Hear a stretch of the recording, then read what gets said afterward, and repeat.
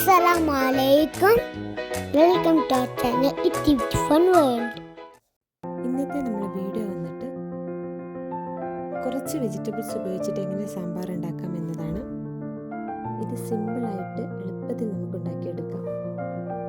ഇതിലേക്ക് വേണ്ടി നമ്മൾ ആദ്യം തന്നെ പരിപ്പ് സോക്ക് ചെയ്ത് വെക്കണം. അതിന് വേണ്ടിയിട്ട് ഞാനിവിടെ 1 കപ്പ് പരിപ്പാണ് എടുത്തേക്കുന്നത്.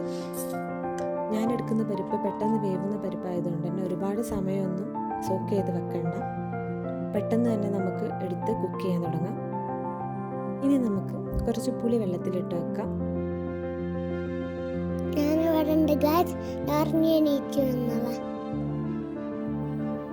ഇനി നമ്മൾ കുതിർക്കാൻ വെച്ച പരിപ്പ് വേവിക്കാൻ പോവാണ്. ഈ പരിപ്പിലേക്ക് 1/4 സ്പൂൺ മഞ്ഞൾപ്പൊടിയും 1/2 സ്പൂൺ ഉപ്പും ആവശ്യത്തിനുള്ള വെള്ളവും ചേർത്തിട്ട് കുക്കറിലിട്ട് വേവിച്ചെടുക്കാം.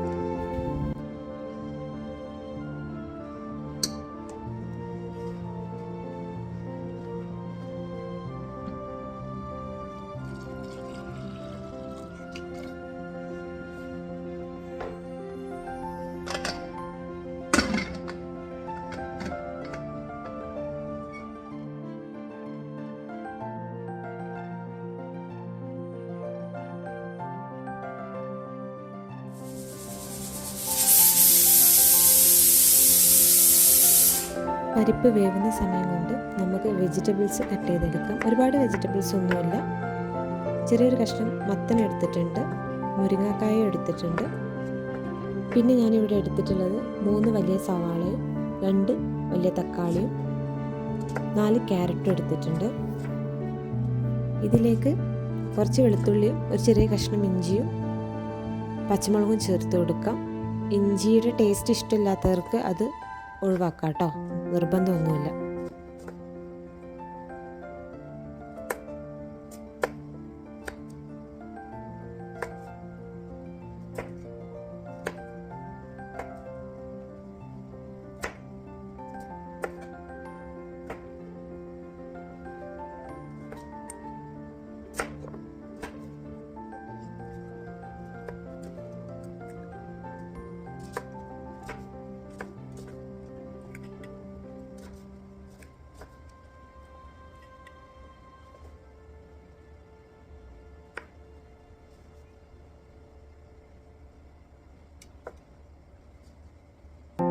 ഈ സാമ്പാറിലേക്ക് ഞാൻ ഇത്ര വെജിറ്റബിൾസ് എടുക്കുന്നുള്ളൂ. നിങ്ങൾ ഇതേ അളവിലാണ് ഉണ്ടാക്കുന്നതെന്നുണ്ടെങ്കിൽ ഇതേ വെജിറ്റബിൾസ് മതി, ഇത്ര തന്നെ എമൗണ്ട് മതി വെജിറ്റബിൾസ്. അല്ല ഇതിൽ കൂടുതലാണ് നിങ്ങൾ ഉണ്ടാക്കുന്നതെന്നുണ്ടെങ്കിൽ ശ്രദ്ധിക്കേണ്ട കാര്യം സവാള കൂടുതൽ എടുക്കുക, തക്കാളിയും 2ൽ കൂടുതൽ എടുത്തിരിക്കുക. നമ്മളെ പരിപ്പ് ഇവിടെ നന്നായിട്ട് വെന്ത് വന്നിട്ടുണ്ട്. ഈ സാമ്പാറിൻ്റെ ടേസ്റ്റ് കൂട്ടുന്നത് പരിപ്പിൻ്റെ വേവാണ്. പരിപ്പ് ഈ രൂപത്തിൽ വെന്ത് കഴിഞ്ഞാൽ നമുക്ക് സാമ്പാറിന് നമ്മൾ ഉദ്ദേശിച്ച ടേസ്റ്റ് കിട്ടുള്ളൂ. വേവ് അനുസരിച്ചാണ്. ഇവിടെ അധികം വേവില്ലാത്ത പരിപ്പായതുകൊണ്ട് 1 വിസിൽ വന്ന ശേഷം അതിൻ്റെ പ്രഷറിൽ ഇട്ടേക്കുമായിരുന്നു. പ്രഷർ ഫുള്ള് പോയതിന് ശേഷമാണ് കുക്കർ തുറന്നത്. നമുക്കിനി ഇതിലേക്ക് മസാലകൾ ചേർത്ത് കൊടുക്കണം. 1/2 ടീസ്പൂൺ മഞ്ഞൾപ്പൊടിയും ആവശ്യത്തിനുള്ള ഉപ്പും 1/2 ടീസ്പൂൺ സാമ്പാർ പൊടിയും പുളി പിഴിഞ്ഞെടുത്ത വെള്ളവും ചേർത്ത് നന്നായിട്ട് ഇളക്കി കൊടുക്കാം. ഇവിടെ ശ്രദ്ധിക്കേണ്ട കാര്യം ഒരുപാട് സാമ്പാർ പൊടി നമ്മൾ ചേർക്കണ്ട. 1/2 ടീസ്പൂൺ ചേർത്താൽ മതി. ഞാൻ ഈ ഒരു അളവിലേക്കാണ് പറയുന്നത്. 1/2 ടീസ്പൂൺ ചേർത്താൽ മതി. ഇത് ഒരുപാട് വെന്ത് പോവുകയും ചെയ്ത് ഒറ്റ വിസിലിൽ നമുക്ക് ഗ്യാസ് ഓഫ് ചെയ്യണം. ആവശ്യത്തിനുള്ള ഉപ്പ് ചേർത്ത് കൊടുക്കണേ. ഇവിടെ ഉപ്പ് കുറവായതുകൊണ്ട് ഞാൻ കുറച്ചുകൂടി ഉപ്പ് ചേർത്ത് കൊടുക്കുന്നുണ്ട്.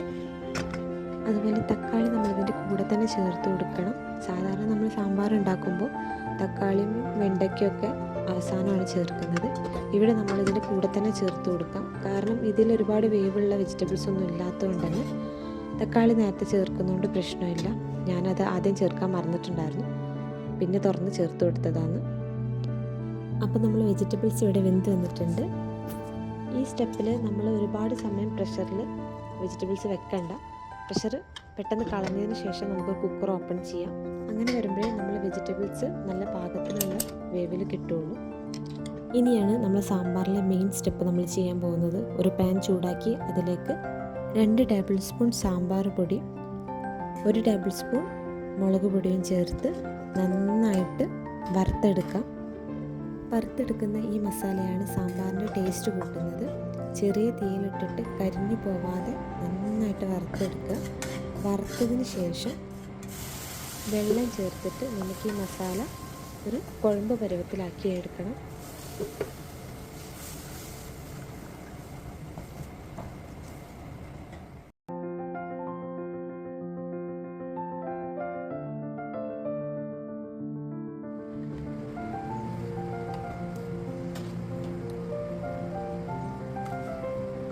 ഈ മസാലയിലേക്ക് വെജിറ്റബിൾസ് ചേർത്ത് കൊടുക്കാം. നന്നായി ഇളക്കിയെടുത്ത് വറുത്തെടുത്ത മസാല ഈ കറിയുമായിട്ട് നല്ല രീതിക്ക് യോജിപ്പിച്ചെടുക്കണം. ഇതിലേക്ക് കുറച്ച് കറിവേപ്പില കൂടെ ചേർത്ത് കൊടുക്കാം. നമ്മൾ നേരത്തെ ഒന്നും കറിവേപ്പില ചേർത്തിട്ടില്ല, ഇപ്പോഴാണ് കറിവേപ്പില ചേർത്ത് കൊടുക്കുന്നത്. ഇനി ഇത് കുറച്ച് സമയം തിളച്ച് വരണം. ഈ ഒരു സമയം കുറച്ച് മല്ലിച്ചപ്പ് കൂടെ ചേർത്ത് കൊടുക്കാം. അത് സാമ്പാറിന് ഒന്നും കൂടെ ടേസ്റ്റിയാക്കും. താളിച്ച് ചേർക്കുന്നതിന് വേണ്ടിയിട്ട് എണ്ണ ചൂടാക്കി ഇതിലേക്ക് 1 ടീസ്പൂൺ കടുക് ചേർത്ത് കൊടുക്കാം. കടുക് പൊട്ടി തുടങ്ങുമ്പോൾ ഒരല്പം ഉലുവ കൂടെ ചേർത്ത് കൊടുക്കുന്നുണ്ട്. കടുക് ഉലുവ പൊട്ടി വരുമ്പോൾ കറിവേപ്പില കൂടെ ചേർത്ത് ചൂടോടുകൂടെ നമ്മൾ സാമ്പാറിലേക്ക് ചേർത്ത് കൊടുക്കാവുന്നതാണ്.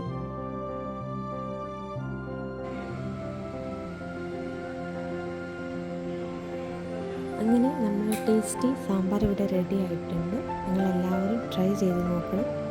അടിപൊളി റെസിപ്പിയാണ്.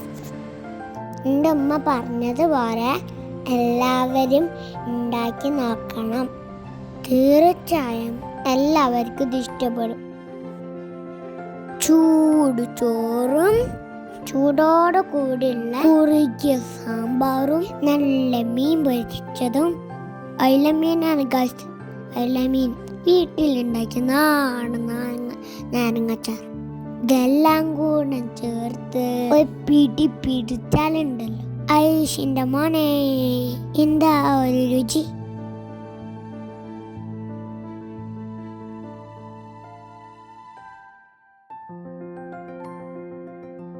അപ്പൊ നിങ്ങളെല്ലാവരും ട്രൈ ചെയ്ത് നോക്കണേ. ഈ സാമ്പാർ റെസിപ്പി നിങ്ങൾക്ക് ഇഷ്ടമായാൽ ചാനലൊന്ന് സബ്സ്ക്രൈബ് ചെയ്യണേ, ലൈക്കും കമൻറ്റും കൂടെ ചെയ്യണേ. Thanks for watching.